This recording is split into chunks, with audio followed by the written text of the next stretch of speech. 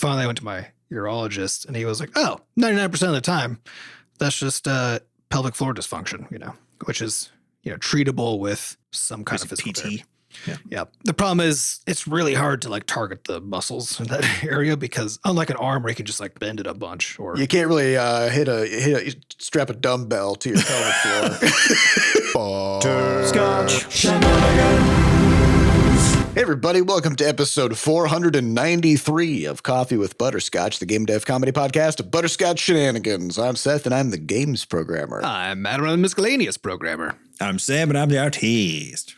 And this is a show where we talk about life, business, and working in the games industry. Today's November 8th, 22x4. And before we get started, we have a warning. There's certainly going to be profanity in this show. It's just guns to be there, okay? So be ready for that. And also, we'd like to thank our recurring supporters over at moneygrab.bscotch.net. Thank you so much for your monthly donations to help keep the podcast going.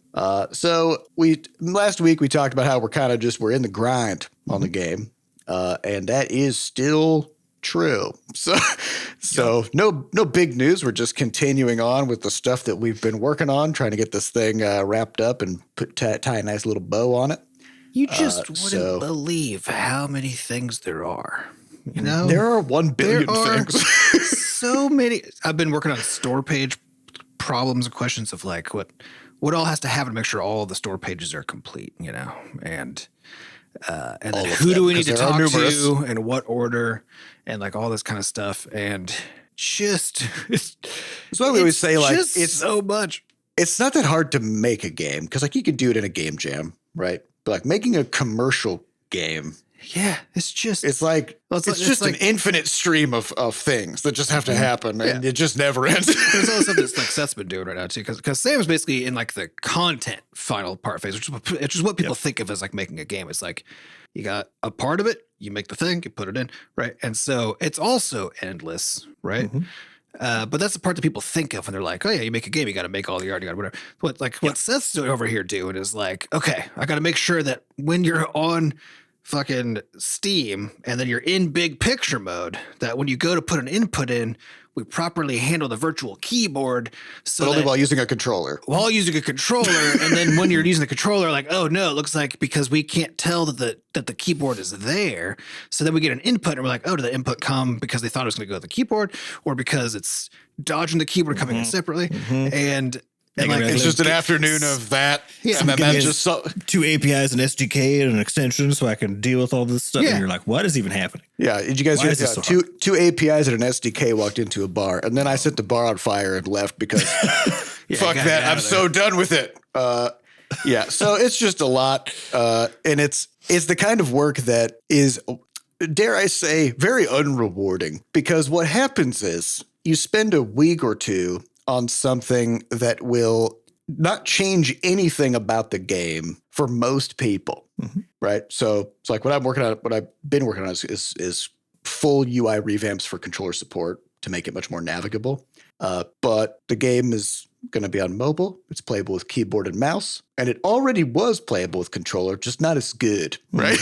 And you're moving a virtual cursor around, right? Which just is not. Yeah. So 2/3 of the input mechanisms of the form factor, as we call it, touch and keyboard and mouse, completely unaffected by what I've been doing these past couple of weeks. Which is also most players, unless you're on consoles, right? Because people on mobile are not playing with a controller. There's a tiny, very vocal subset of mobile players who play on it. And even like a third of the Steam players roughly will play with a controller. I don't think it's that much. With the analytics that we've collected so far from our games, it's like 10% or something like that. Yeah. So it's like all this time, it's like, cool, like the game is, well, it's pretty much the same. But it will be better for, those little subset of people who prefer to play it this way. And it's just that kind of stuff where it's really easy to, I think, to kind of get a little bit burned out on just like that much tedium and that much deep diving into all these little things that they don't feel like they're moving the game forward. They're moving it kind of laterally, but it is still better and it still has to happen. It's just like I think of it as the same way I think of like QA, which is like QA or tooling development, all those kind of things. They're at their best when you don't hear anything positive on the other side. And you're also not hearing anything negative on either side. But they're at their best where you hear nothing. And it's the most unrewarding kind of outcome. Yeah. Right? Because like sometimes our QA will complain because they're like, God, like we couldn't find any bugs this week. It sucked. And I'm over here like, yes, but they're just miserable because they just want to find something, just something that they can report. Yeah, but if players, because the outcome that is actually good is we don't get any complaints on the player side. Yeah. And that is having launched games where we got complaints, especially Crashlands 1, with all the bugs that had to launch and stuff. Like, we know what it's like to have a game that has complaints. Nobody's having a good time. Oh, yeah. It's interesting. It definitely gives you stuff to do. You get a list of 1,000 little things you can do, and that's like that. Yeah, it feels. But it's easy to see how people fall into the trap of just like how people stop taking their medicine once they start feeling better, and it's easy to see how people fall into this trap of being like, oh, but we didn't hear anything. It doesn't look like it's same thing with security infrastructure and IT stuff. Where people are like, why do we even have this? I haven't heard anything. I haven't heard anything from this whole system. Why do we even have this? Right. And it's really easy to see how people fall into that trap. Why do we even pay taxes to have the garbage people come pick up my garbage when every time I put my garbage out, it goes away. So why do we need those people? Speaking of maintenance and health stuff and all of that, it's a good segue because I wanted to talk a little bit about feeling good. So I've mentioned a few times on the podcast this year, but as I'm approaching 40, anybody who's below 40 is approaching 40 on some level. So I'm 37 this year, going to be 38 early next year, and it's starting to hit that age where it's things will compound. Decisions that you've made for the past 15 years, 20 years, you'll be feeling them now. And you've still got a long way to go, but your body is becoming less resilient and things start to become a little bit tougher. And whatever you're doing with your health, at this point, bad habits will really start to kick you in the teeth. Sometimes literally, So this year I was like, all right, I can't fuck around anymore. It's time to really see some doctors, get blood work, and start having a routine with physicals. And I think on that note too, also things that aren't bad habits but are just nothing will also start to kick you in the teeth. So you have to develop new good habits that have nothing to do with you doing things you shouldn't be doing. To offset the fact that your body's just going to fall apart. Your body is not, it's just going to sabotage itself unless you're actively preventing it from doing that. In some cases, even then. So you just got to really be more aggressive about it. And so I was like, all right, I'm no more fucking around. So I've been seeing lots of doctors this year, and I've been working out a whole bunch, and I've done lots of work on my diet and nutrition and all that stuff. And some interesting things started happening just over the past couple of weeks, because this stuff takes a long time. Yeah, a lot of these major health changes take weeks and months before you really start seeing the effects, because it's a compounding thing, like all these are, right? But compounding in the opposite direction of the bad stuff. And so it takes a while to kind of climb up out of some whatever you got going on, basically. And so one of the things that I thought I was doing that was good, but it turned out was not good for me, is I was taking THC gummies to help me sleep at night. Mm-hmm. I've always had a hard time sleeping, and that's just been a struggle for me. And so once cannabis became legal in Missouri recreationally, I was like, hell yeah, let me try this out and see if it helps me as a sleep aid. Because anytime I had tried it in the past, it just helped me. It's very relaxing, right? And just you just kind of zonk out and you're just like, I don't want to move. I'm just vibing, I was like, that's kind of a good mode to get into for sleep and for probably the rest for you guys as well. With the ADHD brain, it just keeps going. Yeah, that's the main thing. For me, it doesn't even calm me down. It just completely obliterates my ability to hold on to a thought. And so, because ADHD is all about, here's a million thoughts all happening, and THC is blah, blah. It's like playing some kind of a video game where you're just blasting thoughts. It's like Space Invaders. THC is you dumb now. Yeah, okay? Dumb as shit. My brain you're just super dumb right now. And you're like, fuck yeah, that's what I needed. So I started taking that to help me sleep. And over time, I think, there's a half-life to it. It doesn't just, it's not like if you take it and then the next morning it's all out of your system, right? There's going to be a residual amount left. And if you're taking it every day, depending on the dosage, and like just how your body works, if you're taking it every day, then you probably hit a point where you just kind of always have it in there a little bit, you know? And so a few weeks ago, I was like, okay, I need to just stop taking this because I'm just not like my brain is just not really feeling. You weren't feeling great during the day on top of its skin. Yeah. But on top of that, I realized that because I had this option to just like take this thing, and I'm guaranteed to go to sleep if I take this. But that means that I don't really need to do anything else good around my sleep habits. I could fuck around. I could be browsing Reddit until 11:40 p.m. Doesn't matter. I could do whatever I want. I could eat a big candy bar and I'd just take the stuff and go to sleep, which means that I'd hit a point where I just obliterated all of my good sleep routines and was just 100% reliant on this thing, which meant that I had to keep taking more of it in order to actually get a good night's sleep because I was kind of undoing it, right?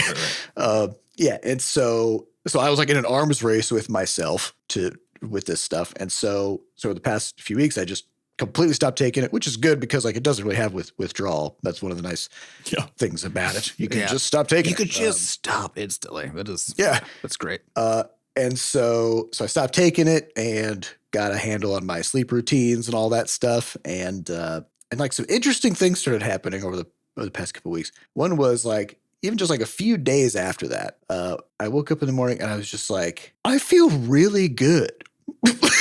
Like, which I've never actually like had that feeling where like I feel like I needed to just exclaim it. Where like I just felt like alive, you know, like I just could move and my brain was working and I just woke up and I was alert and I had been doing a lot of like exercise and nutrition and stuff on top of it. And so this must have been like the thing that was kind of holding me back at the very end from actually like feeling really good.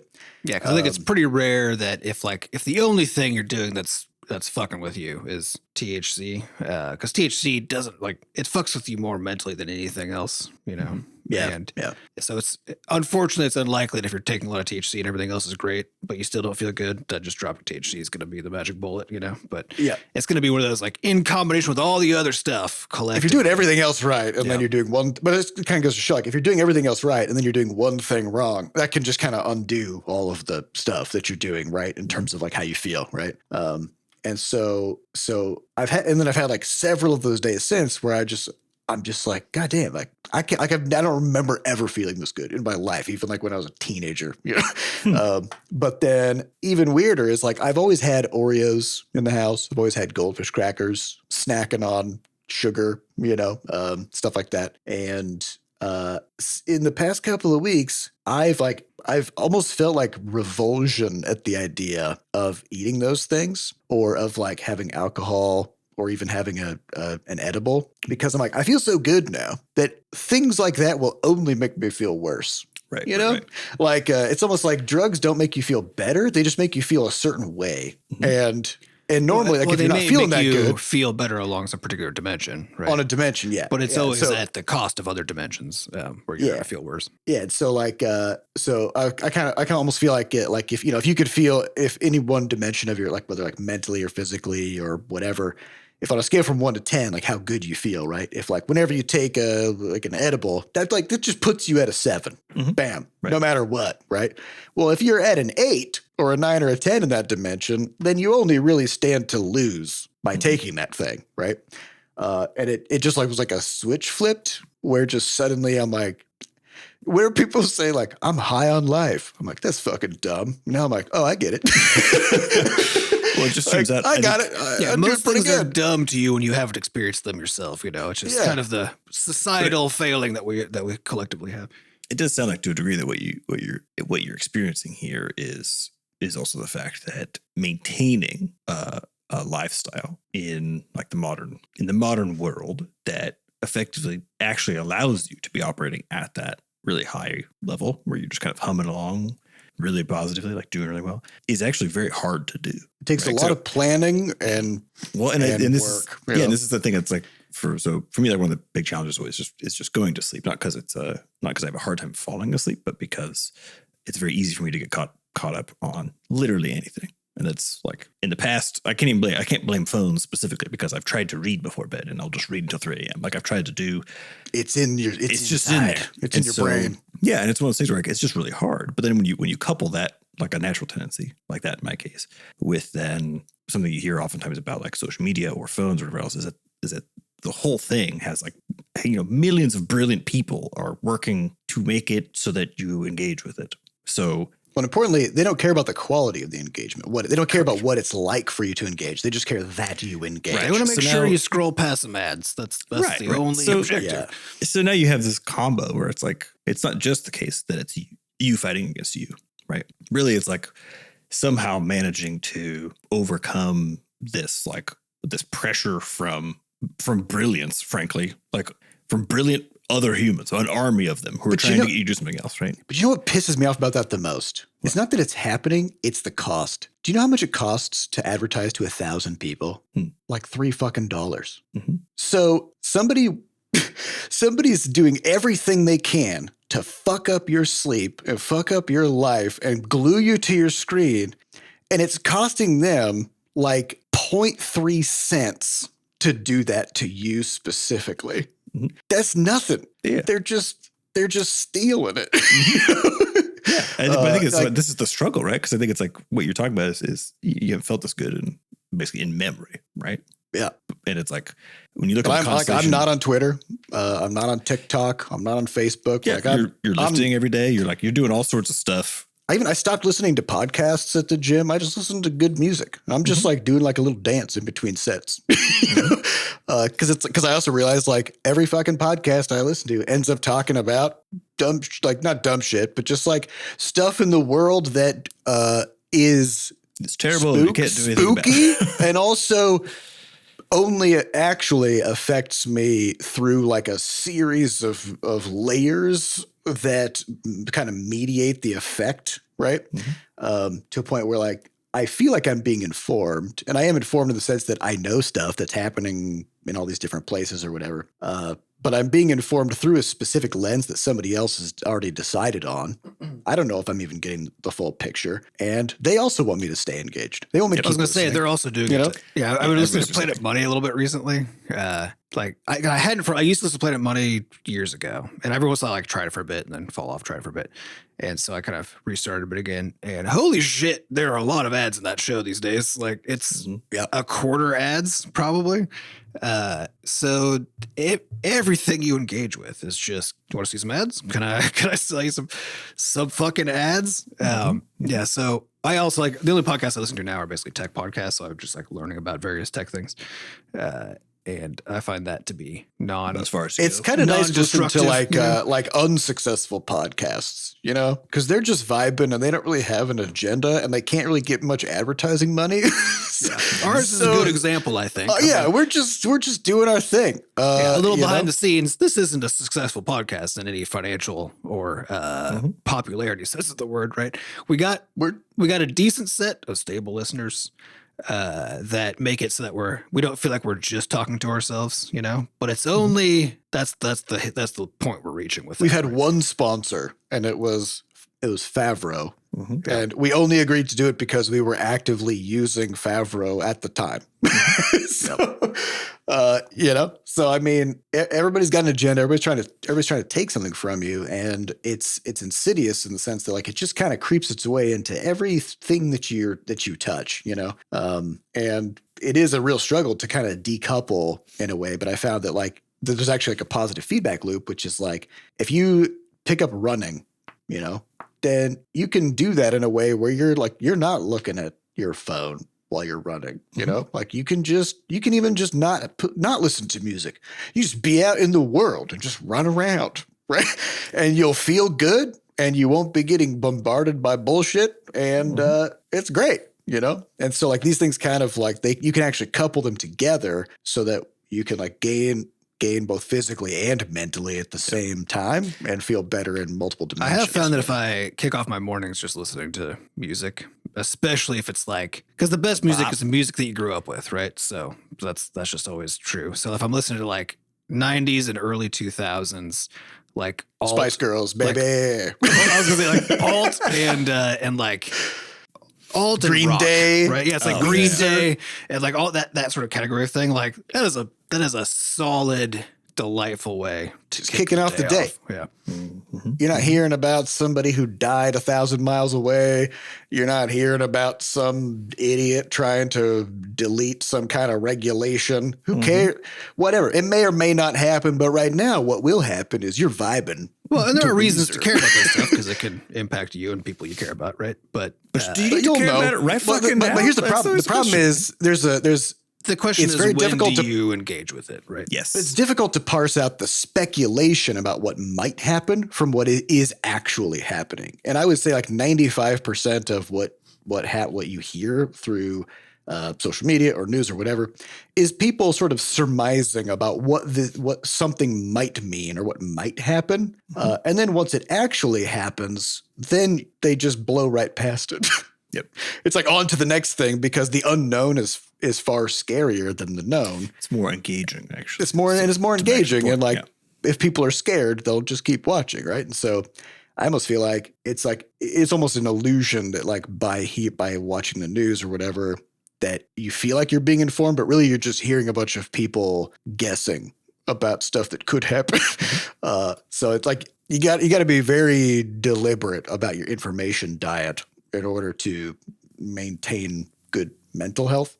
I think that's kind of what I'm getting at, which is like, I think that the trick, and maybe the thing you're experiencing is that the reality is that there's not a lot of slack in the system that allows you to just sort of like, you can't accidentally fall into feeling real good. No, you have to be in the modern world. You have to be really hard. Yeah. You have to be so deliberate about it. And you hear about stories about this where people are like, oh yeah, I went away on some, people do like, meditation retreats for us. They're just like gone for like a week and in a structure that doesn't allow for any of this like other stuff. Have to put their phone in a box or something. Yeah. And they're like, it was great. It was so great. And then you come back and it's so hard to hold on to because the reality it's basically rehab, right? Because like this is what happens when people go into rehab is like they go into a completely different structure where the environment is now different and the normal kinds of pressures and people and social interactions and expectations, it's all different now. Mm-hmm. And people can find success in those environments, getting off of a drug or breaking some kind of an addiction. But once they exit rehab, they very often just land right back in the same structures. And then because it's really hard to hold the fucking fort against that thing. So I mean, congrats. So you got to change your structures. Like, you got to find ways to like for example, there's we talked about this before on the podcast, but there's that app called Freedom that you can get. I don't know if it's on Mac, but it's on Windows. It's just a desktop application, and then you can set up sessions, which are just certain blocks of time, and then like what kinds of websites or even specific websites that you want to block. And it just intercepts web traffic. And if you just have a habit of like anytime you have downtime, just going to Twitter, if you've got Freedom running and you have an active session going on, then as soon as you try to go to Twitter, you just get a blank page instead. Right. And like you can use things like that to kind of structurally break those habits and kind of snap yourself out of it. But again, like you're saying, it's not something that can happen on accident. No. Yeah. Like, you've got to really want to do it, and you've got to do it on purpose for a long time before you actually feel like you no longer want to participate in those things. Yeah. Related tool. So because you're mentioning Freedom and who knows where it works and stuff. So there's a thing that I use for ad blocking because it does it at the DNS level. So it basically changes so that all the traffic from your device that works on any phone, because it just goes through the device, works on any phone, works on any operating system. It's basically you pointing your DNS resolution to this like ad blocking server, right? So that there's a thing called I think I've talked about it years ago on the podcast. The pie hole, right? Which is the same idea except way more complicated because you have to like put it on your network and like have a physical device and stuff. So this is the same idea, but you just like sign up for a service and you get a URL from them and that's it. It's very simple. Still like easy to fuck things up because it's technical routing all of your traffic, right? But you could just all you have to do to fix it is you just put your DNS back to its original settings. And like, and at least Windows 11 and at least Android phones make that trivial to just like flip back and forth.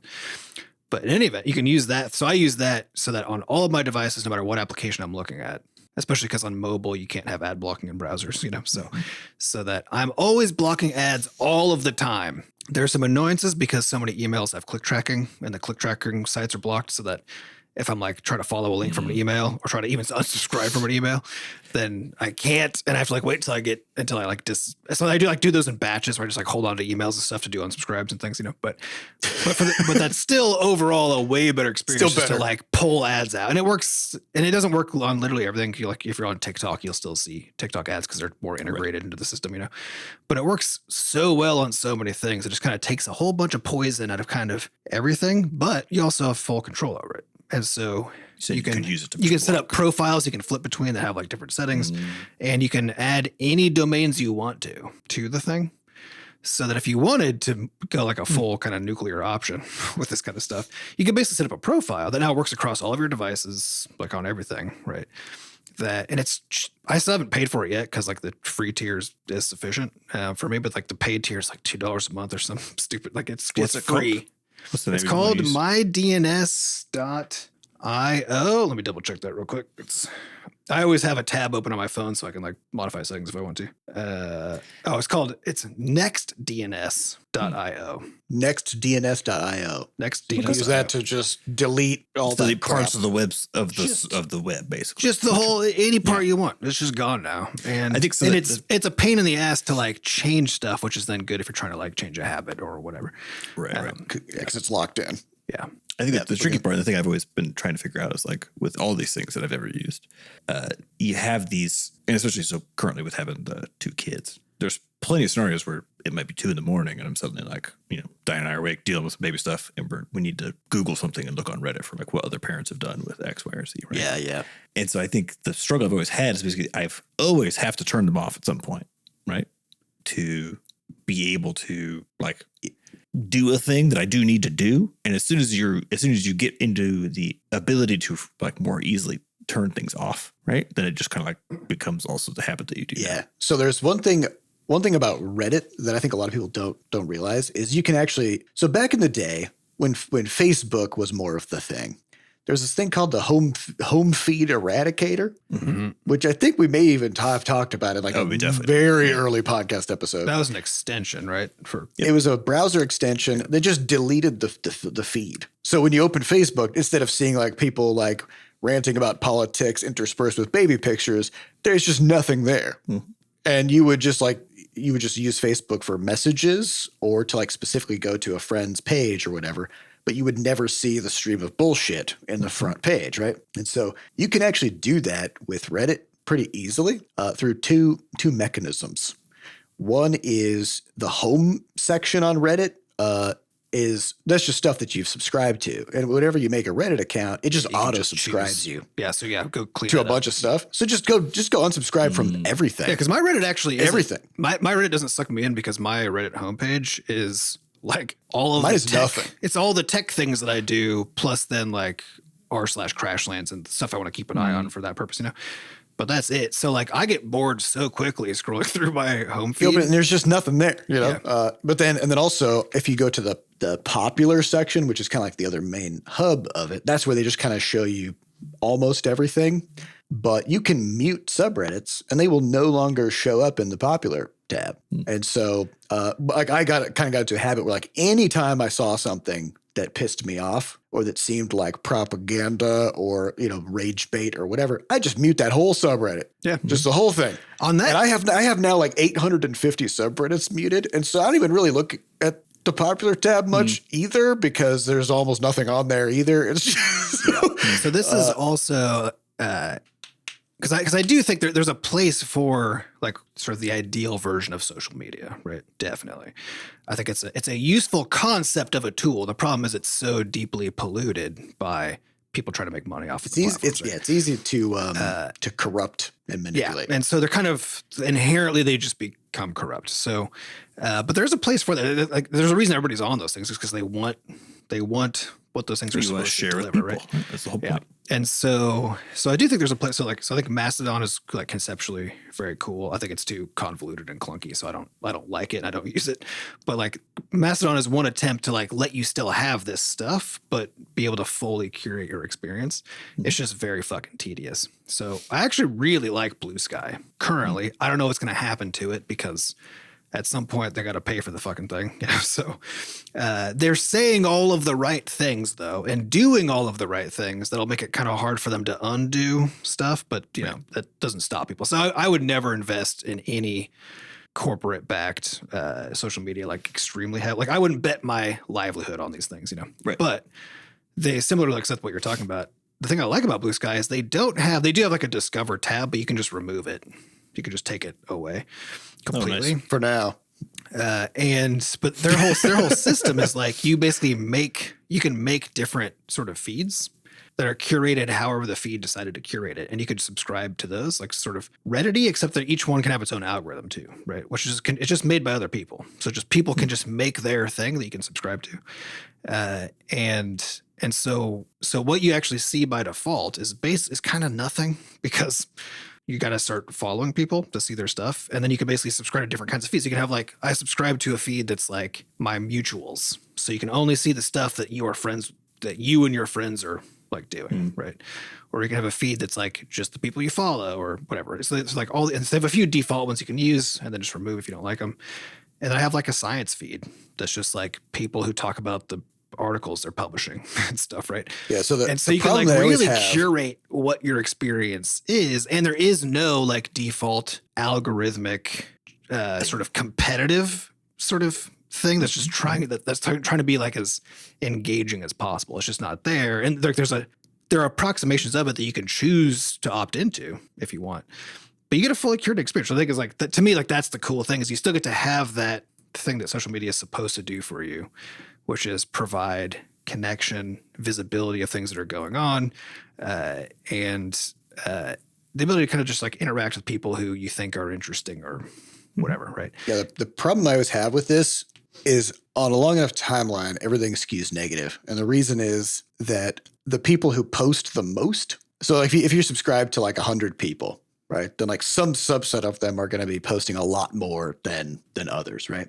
So like the people who post the most are the ones who spend the most time on the platform, and they're the ones who are getting battered by more and more bullshit and damaging their own mental health. And the things that they post tend to skew more and more negative over time. So like anytime I've jumped into a community for a game or something like that, it's always like super cool at first. And then pretty soon it's really not. That's why it's all about it's all about the constant curation, So like so it's just like stuff like we talk about on Reddit, right? Like anytime a community turns negative, I'm out. Yeah, because it's not going to get better. If the community kind of becomes negative, you can exit the community. But also people, if you're subscribed to if you're following a specific person, if that person posts a lot, their posts will become more and more negative and depressing. It doesn't even have to be negative to not see it, though, because I think that's one of the things too. Is like people feel guilty about like this thing is so boring and this person posts so much, but I feel bad about muting or blocking them or unfollowing them. No, I would never feel bad about that. Because that's exactly it. Is if you want the stuff, because the problem that I always have with these platforms is I do a really good job curating against negativity. So like I'm not really seeing a lot of bad stuff. But the harder part is that, because people are human beings and they can post whatever they want, that I follow people because they post some interesting stuff, right? Oh yeah, of course. And then some stuff that isn't interesting. Yep. And there's this constant like tug of war as people's lives are doing whatever. It's just a stream of mostly nothing and then the occasional so my problem is always the low information density of these things is the structure of Blue Sky or Twitter, it's hot takes. It's it's when people think of something evocative, that's when they want to throw it out there, And I also it depends on who you follow, because like everybody behaves differently, right? And like if you're on something like Twitter, where engagement is the thing that makes you see stuff, right? Then the only thing you see are hot takes. So that's what you're gonna see, right?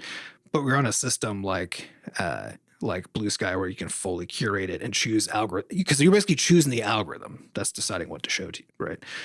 When you're there, you don't have to, because you're not just, people aren't only rewarded for hot takes, right? Which means that you can like find people who are just like, there are people I follow who just post about science stuff, I think my major question with all this stuff is basically one of going back to the basic assumption that I think is underlying a lot of social media usage, which to me is similar to email. A lot of the changes in like I would say like productivity culture or business culture in the last 10 years or so have been people realizing that you shouldn't stop checking your email all the time. Yeah, stop checking your fucking email all the time. And so there's a big question to me at the heart of the social media stuff, because there's a built-in assumption, like sort of in it and around it, that you're like on it every day. You know Not just every day, but like 20 times a day. Yeah, multiple times. Sort of constantly. And so I think the thing that is tricky for me about talking about any of these things is even when they're say better, like in the case of Blue Sky or whatever else, I'm just like, I've gotten to a point where it feels more like the sort of thing that, like reading a newspaper, like you should do it like at most once a day and then literally not touch it again, because it's better to be living in the world and like doing the things in the world. You know what I mean? Going for a walk. I don't know. Yeah, I don't know. Or talking to your neighbors. Yeah, I think there's a kind of a challenge at the heart of it, which is like, even if one of these things is doing all the stuff better, it's similar to like we have the best email client, right? And it's like, well, you're still email, right? You still are by nature, like the technology is still by nature a social media technology, right? So like, to what extent should you just even, regardless of how good it is, back up and ask the question, like, what role should this actually have in my day-to-day, in my week-to-week living? What do I want to get from it? Am I getting that? And what are the costs? Like, it's not free. Yeah, well, what are the risks? Like, to me, that's not about, and this is the part that I don't like the idea of thinking about it like, because it's social media, there's like this idea that like it's like inherently bad. And I would agree that like social media platforms are all bad because I think it depends on the stage. I think But once the line stops going up, it will become bad. But if it's early, it's probably fine. But the more important question is the one Sammy ended with, which is, what are you doing with it, right? Yeah, what role? If you're using it, is it overstepping the bounds? You know what I mean? Yeah, because basically, I agree with you that if your goal is like productivity, learning about some topic or whatever, social media, fucking worst way to do it, because there's too much noise in that system. Read a book. Watch a YouTube video about the subject. Slow media is always going to be more appropriate if you're trying to learn stuff. If you're using it socially, like actually socially, like interacting with people and that kind of stuff, then to me, it makes sense to be engaging with it frequently, because you're frequently interacting with people in a way that that feels good to you, that you feel like you're getting some kind of social value out of, right? And I think the problem with any kind of a platform, just period, any communication platform, is that because it can be used for any purpose, it's a general communication platform, right? No matter how well suited it is to that purpose, then people come to it without they come to it as a communication platform first, which means not with really a specific goal kind of in mind. And it's so easy because on, say, Blue Sky, for example, like I follow people who I just like am interested in what they have to say in general about stuff. And I follow like some news organizations so I can see what they're publishing. I follow some like scientists to see their slow stuff, but once every few months they have something to post, And each one of those is a completely different kind of a purpose, right? 100%. And it's convenient because like I can set up an experience. I can't set up the same experience on other social media platforms because of how they work, but I guess at least have an experience there where I can like kind of actually get at each of those all at the same time. But there has to be a structured approach, and I completely agree that it's not the ideal way to do any one of those things, right? Yeah. Well, but I think importantly, like the medium is more important than the message, and because the medium is transient, there's a built-in FOMO, right? Like if you're following these people, like if you only check it once a week, then there's hundreds and hundreds and hundreds of posts that they've made that you'll miss because you're not checking it frequently, right? And like that's true for any social interaction, though. It's not really about if you're using it socially, then I don't think that's not true of, for example, like a book. That's a book is a social. That's what I'm saying is inherently these things over time will push you toward frequent touch, damaging behaviors that will fuck you up. I think that's just what they're meant to do. Yeah, even the quote good ones. They trend towards that if you're not constantly curating. You have to constantly fight the thing. Yeah, which is why I'm just not even going to touch it. I think the general sensation I have is like I'm tired of having to be hyper vigilant. Tired of fighting for myself about like when there's something that is kind of interesting to me, like whether it's Twitter or Blue Sky or whatever else. Of having that sense as I like say go and set it up, right? That I'm like, oh man, if I fuck this up, time to gear up. I'm gonna like it's gonna fuck me up real good. I guess to me it feels the same as to me, it feels the same as everything else, which is the way I engage with any media and any kind of communication of any sort is with extreme criticality and prejudice, right? So because the main way I actually read and like keep up with things is my RSS reader, because that's a slow media way to do it, where you're also guaranteed to see everything because it's not about the fire hose of mostly more like an email inbox, basically. Yeah, but with like stuff that people had to take time to do, you know. So that's actually people wrote articles. My preferred way to read stuff, right? But even that, I have to constantly curate, because the stuff that you subscribe to also, like, people support themselves through advertisements and other sponsored posts and that kind of stuff, right? So and books are the same way. People don't just get to magically have a book deal, right? They go through an editor process. They work with the publisher to make sure that the messaging is right. But often they have to put real effort into producing it. That's yeah. I'm not saying it's bad, right? What I'm saying is these are all the same kind of problem, just like in different forms, right? And so you have to engage with any kind of media, any kind of thing that you're consuming, with actually that same kind of approach of like, no media is inherently good and has inherently like good things on it, right? What you get out of it, you have to know what you're trying to get out of it when you try to consume it in the first place, always, no matter what it is. And you have to always be very carefully and conscientiously controlling that experience of deciding which things you're going to look at, what they're doing to you when you read them, and all that. Like, that's just always true. So for me, like, the algorithmic side of social media is what makes those basically be completely useless, because the moment you can't control that, then you're just at the whims of whatever the thing is, right? It's the control side that you're always exercising, because like when you're like deciding but you're on TikTok, right? Which is very algorithmic. Mm-hmm. So like I do that for fun, but that's for fun. Not I think communicate. And I agree with the point, which is that again, it's purpose driven consumption of media, right? But I think the thing that I've always, this is just a me thing. The thing I have a hard time with is participating in a platform that is so multi-purpose, right? Yeah. Oh, yeah. I agree. It's a huge challenge. Yeah, I agree with you completely. Yeah, so I understand. That's where Reddit is a tricky one, because like most of the time, if you're Googling something, the best answer or most clear answer is on Reddit. But then so is all this other dumb, horrible shit that I just started using the ChatGPT search function, which that might be I've been doing that. Have ChatGPT wade through Reddit. Exactly. It's actually it's working pretty good, because it's surprising how some of these things that I would search for, that you search for it and then you kind of got to parse some posts and figure stuff out. But take 5-10 minutes sometimes to get an answer to some of these questions I'm noodling on, or whatever else, even with regards to the kids, whatever else. And then with the ChatGPT stuff, it's a nice, more locked in summary of the stuff, and then has links to all of it, because it does that pretty good job of like annotating, the parts of it. So I have been using that this last week, which has been actually really nice. Good time saver.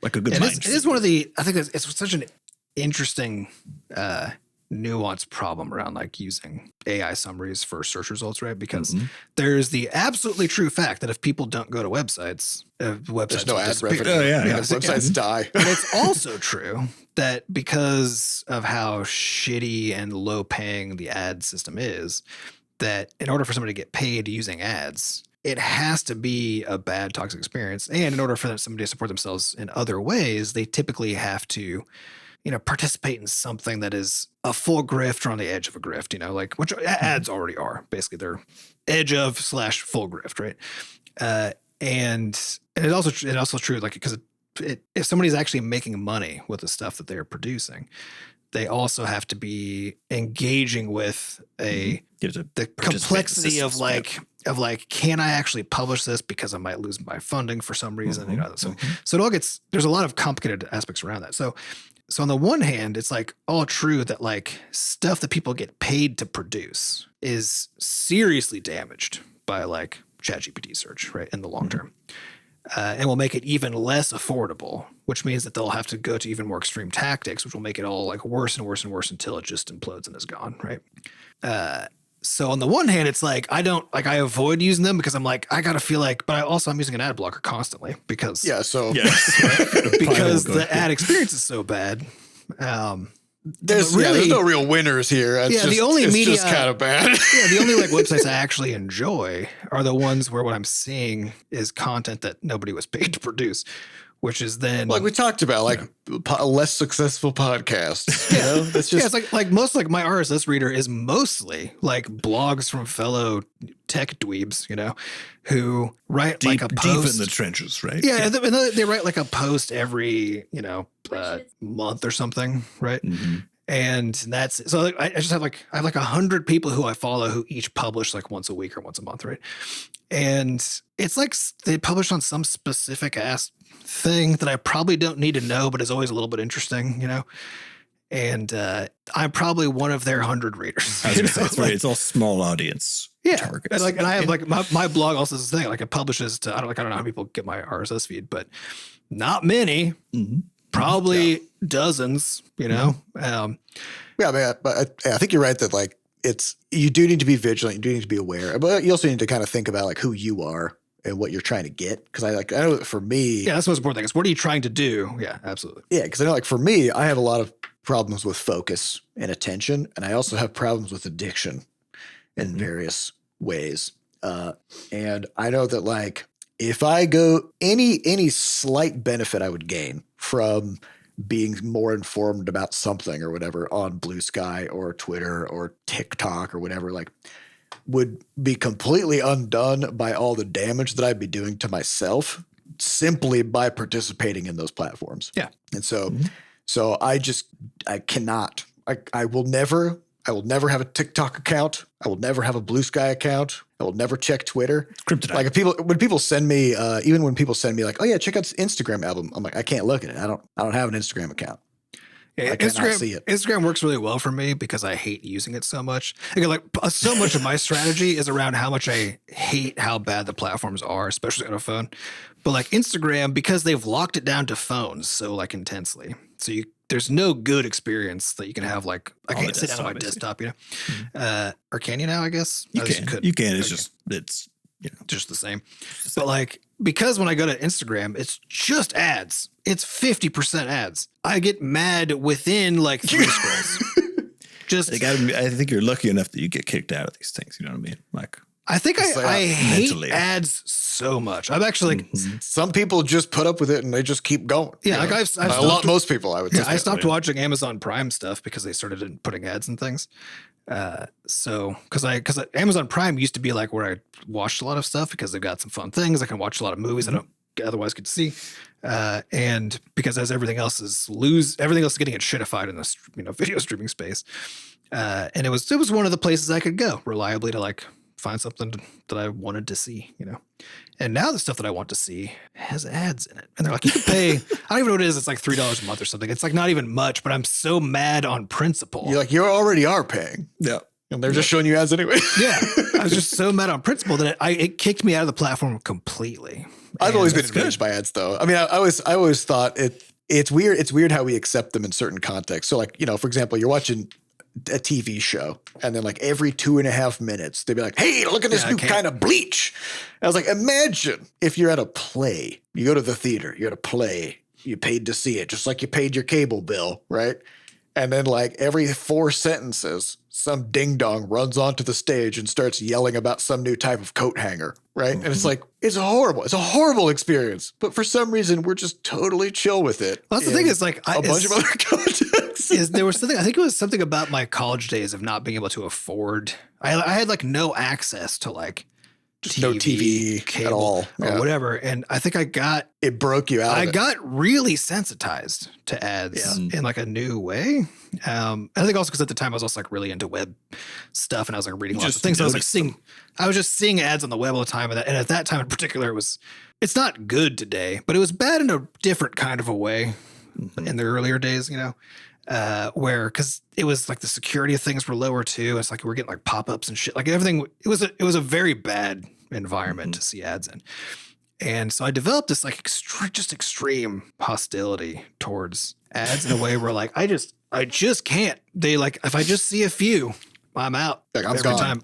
But to the point where I actually like, I'm excited. And like, I was actually, even though I was mad, I was also excited when Amazon Prime introduced ads because I was like, oh, actually, this is now one less thing for me to spend time doing because I literally can't handle it. So now it's gone. And I have this like background horrible hope that all streaming platforms eventually just force me to watch ads, because so then you could just unsubscribe from all of them and save some money and time. Well, they will, because they will eventually. Yeah. Like once they hit a point where like they can't get any more users and they can't justify charging more, the only way to make a line go up is ads, and that's where it's going to go. Mm-hmm. So your wish will in fact come true. Yep. Probably it'll be a horrible day. Yes, I don't. It's one of those like I don't want to wish for that because everybody's lives get worse, but it'll help me. Or their lives get better because they unsubscribe and go for a walk. That's the thing is, and then they start feeling good. Most people won't. They'll now just have to watch ads also. Mm-hmm. Yep. Which is sad. So. Yeah. So yeah, I mean, it's all to say, like, back to the original thing about feeling good, like, it's really fucking hard to do. Yep. And you got to be real careful. I feel like I've managed to get there this year. Hell yeah. I hope other people can do the same. But yeah, you can't really be thoughtless about it. Like, you got to really think about who you are, what you're trying to get out of the things that you're doing, and what those things are taking from you. Mm-hmm. As well. And you can, the holistic nature of it all is really important, right? For two reasons. One is because you could derail the whole ass thing with a single, like if your sleep is bad, everything else is the whole thing is fucked. If your nutrition is bad, everything else is fucked. But it's also, it's also not just negative though. Cause it also means that it is possible, like when you take something to an extreme negative of some sort, that it kind of brings down the whole system because it's all interwoven. But it's also the case that if you can push something up, it kind of pushes up the whole thing. And I think so much of when people are trying to like make everything better, they'll like pick a thing and go for an extreme. Like, finally, I'm going to start exercising. And now all of a sudden I have a plan. And now I'm like going to exercise 5 days a week, or now I'm going to go on a diet and I'm going to change completely everything the way that I'm eating, like right now, forever. And I'm not allowed to do these things. Like, and people like, they'll pick a thing and go to an extreme to try to solve all of these. When and it's like, it's boring actually to like do these things for. It's really more about incremental improvements across the board. Yeah, right. You just make a little change of this, a little change of that, a little change of that, and you keep on like. So I've been dealing. I have a pelvic floor issue, which is apparently more common for men than you might expect, but just some kind of an issue where like the muscles aren't behaving properly. So I've had chronic pain for basically years, right? But I didn't know what it was, and I went to doctors repeatedly. Nobody could figure out what's going on, right? Until finally I went to my urologist, and he was like, 99% of the time, that's just pelvic floor dysfunction, which is, treatable with some kind of physical PT. Therapy. Yeah. The problem is it's really hard to like target the muscles in that area because unlike an arm where you can just like bend it a bunch or move it in particular ways. And it's very obvious that that's happening. It's very obvious. It's a little more nuanced than that, So you can't really strap a dumbbell to your pelvic floor. Yeah. You can't strike a taint on purpose. It's not an easy move. And so once I figured out what was going on, then the new struggle became like, how do I improve this, right? And so like I went to physical therapy. They gave me a bunch of stuff to do, and I like went all in on it. And my experience from that was like everything got a lot worse because now it was all like sore and inflamed and like it just felt way worse than it did in a way that because I had a lot of anxiety about all of it because I was like, what is going on, and it would spike my anxiety, which would then make me like not do. It's like it turned into this whole sleep, thing. And then So then like I kind of like slowed down. I was like, just fucking let me hold the phone. Hold on a sec. What is the right way for me to approach this, given where I'm in life, given like my current level of anxiety, given like all this kind of stuff, right? And it was basically to say, let me just take this fucking slow. I've been dealing with this for like a couple years now. It's fine if it takes a few months to resolve, You don't need to do PT so hard that you can't fucking walk. Exactly. So I was like, let me just start with like just stretching because that doesn't make it worse at all. That only makes it a little better, right? Mm-hmm. And let me like just stretch for like a month and see what that does. But in a specific routine. Exactly. And get the routine every morning, every night, every morning, every night. And just get in the habit of actually doing the easy part that doesn't cause any other negative things, right? Because also at the same time, because I was still like paranoid that it was something else, but I was like, if I can show that stretching at least prevents it from getting like having, spikes, then that's a good sign that actually is what this is. So then I did that And it just kind of like slowly got more stable. It didn't like get better, but it stopped having like spikes and like bad stuff. And then I was like, oh, then my anxiety's way down because I'm like, I feel like I do know what this is. I'm improving. Yeah. And so then I started doing the actual like pelvic floor exercises, which is the part that is not painful in the moment. It's really weird and uncomfortable. But the whole problem was that region was inflamed all the time. You're gonna be sore. So then it's just more inflamed, you know? But now it's like, okay, I've got like the baseline is now, I got a foundation and I can slowly start doing this. And again, instead of going all the way in. And so now I took what was supposed to be like 2 to 4 weeks of physical therapy and I've spread it all out over 2 months. Mm-hmm. And now I've got a good habit every morning, every night. Mm-hmm. Like I've got systems in place. Well, and it's scalable. I've been slowly getting better the whole time, you know, like. And the thing about routines is routines are scalable and they're adjustable. So like for me, lifting, for example, like when I would first go in there, I could do a couple of exercises and then I'd feel sick. Yep. Right. Like this was early this year. Like I was in such bad shape. So then I'd be like, okay, well, all I could do is like one set of curls and now I feel like I'm gonna throw up. So I'm done. I'm out. That's it for me. I can't do more. And then I go home. Don't push beyond it. Yeah. Get in the habit of going there. And doing a couple days later, I'd go in and like I could do a little bit more, still felt sick, you know, and just kind of keep doing that. And then it literally wasn't until I think about 2 weeks ago. So, you know, just like 8 months where now I hit a point where it doesn't actually matter anymore how much I do. I will not get sick. Mm-hmm. My muscles will get really, really fucking tired, which is the goal, right? But I've hit that level of fitness where that's not the bottleneck anymore, right? Mm-hmm. And yeah, but having the routine you accepted that there was a bottleneck, right? Yeah, and I go right up until I hit it, and it's fine, and I don't need to like work out until I do throw up, which I never did. Right? It's just like as soon as I started feeling uncomfortable, I'm like, okay, that's it. I've pushed it as far as I can go. Yeah, and you don't need to feel back. And I think in a couple days. The biggest thing is you don't need to feel bad about it, right? Because like you are where you are. It's fine. Yeah, and so like for me, a lot of it was like I was like I need to because the thing that I'm really bad at is like establishing good routines, and also because of like this chronic issue that I'm having, it's really easy for me to fall into an anxiety hole. So I was like, given those two things, I need to solve the problem that respects those without giving myself a fucking hard time about it, you know, without being like, ugh, I missed today's thing. And now the problem's even worse, you know? Well, so maybe that's the takeaway then, which is like, it is, given that it is possible to feel better along, frankly, lots of dimensions right now. Yeah. You can ask the question and find the way where you accept the parameters of yourself, right? Yeah. What you're capable of doing. Where are you right now? But don't necessarily accept feeling like shit about stuff, right? Those are not the same thing. Yeah. There's a certain defeatism that I feel like has crept up in a lot of people of like, I'm just depressed. I'm just old. I'm just tired. This is just what life is now. Right. Yep. And it's like, you can get better. You can do better in a variety of ways, you know? Yep. So you find that it's like, it's back to that problem of like, it's usually the things to do are simple, but they're not easy, right? Because they're easy to do once. The hard part is doing them in a routine, like having a plan and sticking with it. But if you just, and like you guys were saying, people overcommit. They're like, I'm going to exercise every fucking day. It's like, just go 2 days this week. If you've never exercised before, just start, go.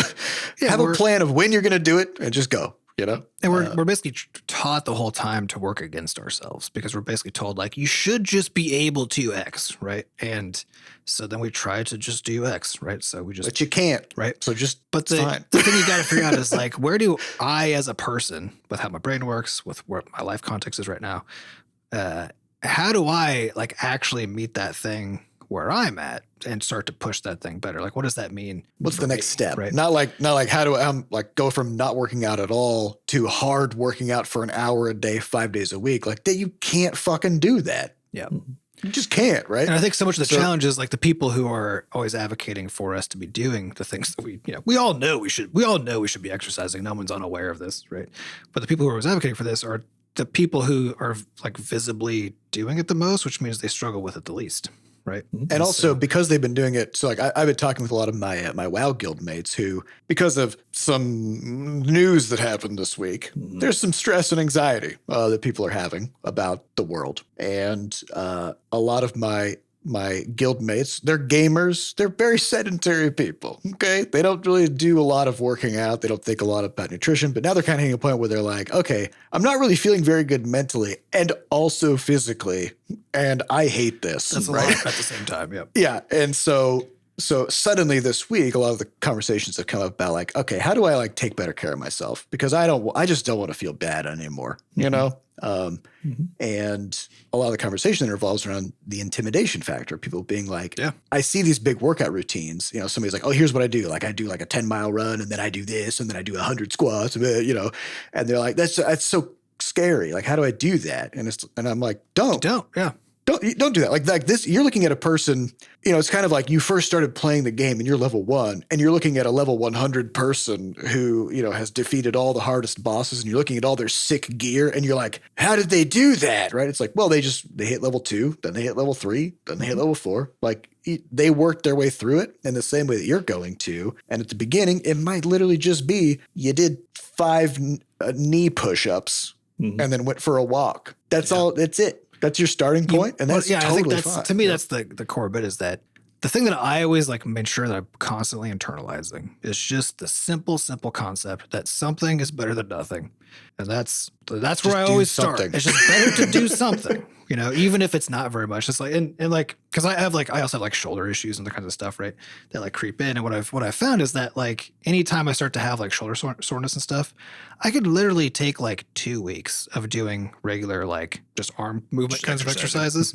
And then it goes away for 6 months, right? Because again, strength training in any capacity will help most joint problems outside of arthritis, right? Yeah, and it's something like it's amazing how going from doing like quote unquote almost nothing, right, compared to actually nothing. It's the 0 to 1 thing, right? The difference is actually truly enormous, but it's hard. But when you're doing it, you're like, it feels like you're not doing it because, like I said, you're seeing people who are like actually physically fit, who have been doing this for a long time or whatever. And like, you're seeing them go like, I'm going to go to a 10K run.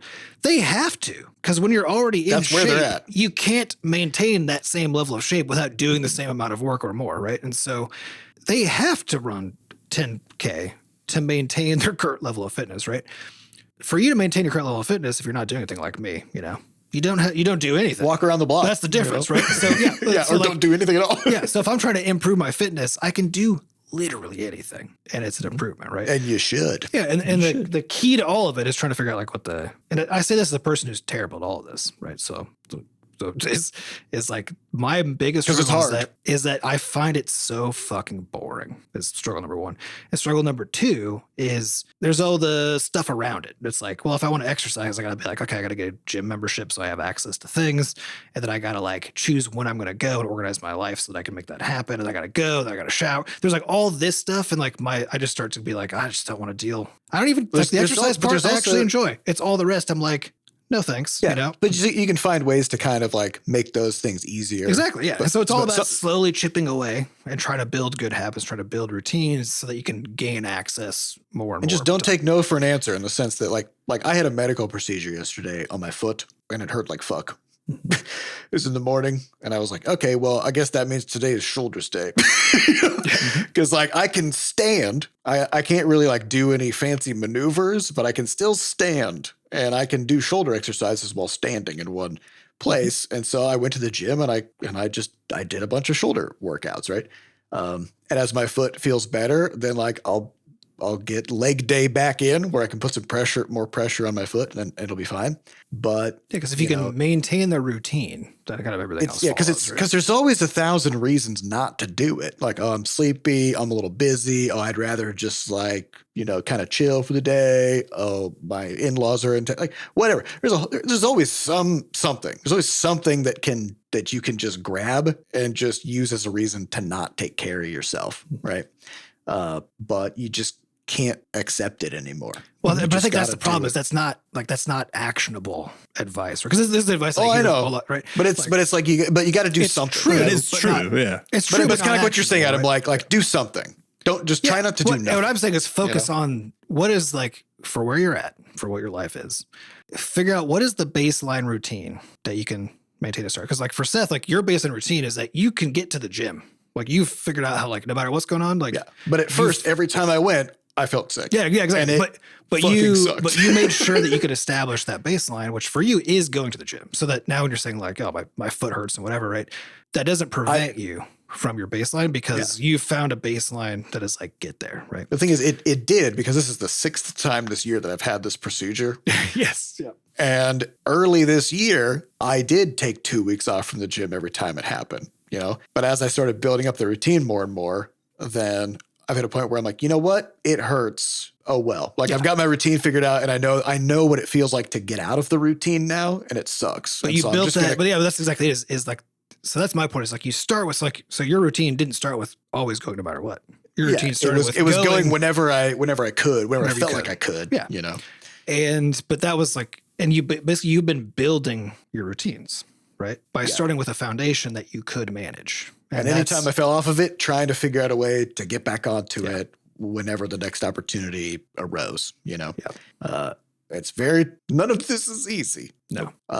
But it is. It's time. It's very important, and you know now's as good a time as any. It's like to get on top like growing a tree thing. The best time to plant a tree was 20 years ago. The second best time is right now. You know. Exactly. You're the tree in this scenario. And trees grow slowly, just like your routine. But they also grow exponentially. Yep. You know, because like I've had some saplings in my backyard for the past 8 years, and they've just been fucking sitting there, barely moving. And then this year they're like 10 feet tall all of a sudden. You know. So like the progress at the beginning is very, very slow and like Adam was saying, it's boring. Nothing really happens and you go and it's unpleasant, right? But then like at a certain point, there's a tipping point, and then it's fun because you can see it. You can see it happening. You can see the progress. You can set goals and big ones and hit them, right? So it's just that early part that's very hard. So anyways, I hope that helps people listening to kind of take a step back and think about how you're doing and try to make some good moves this upcoming period of time. Yeah. So that's all the time we have for this week. We'd like to thank our producers Fat Bard and Sampa DaCosta for putting the podcast together, and thanks to our community moderators who keep our Discord running. To get more involved in the Butterscotch community, just go to podcast.bscotch.net, where we have links to the community Discord, a way for you to donate, and links to the podcast archives. And if you haven't yet, head on over to Steam and give Crashlands 2 a wish list. It'll help boost it up the charts, and it'll help the game have a successful launch, and we would appreciate it. Thank you all for listening. We'll see you next week. Goodbye. Bye.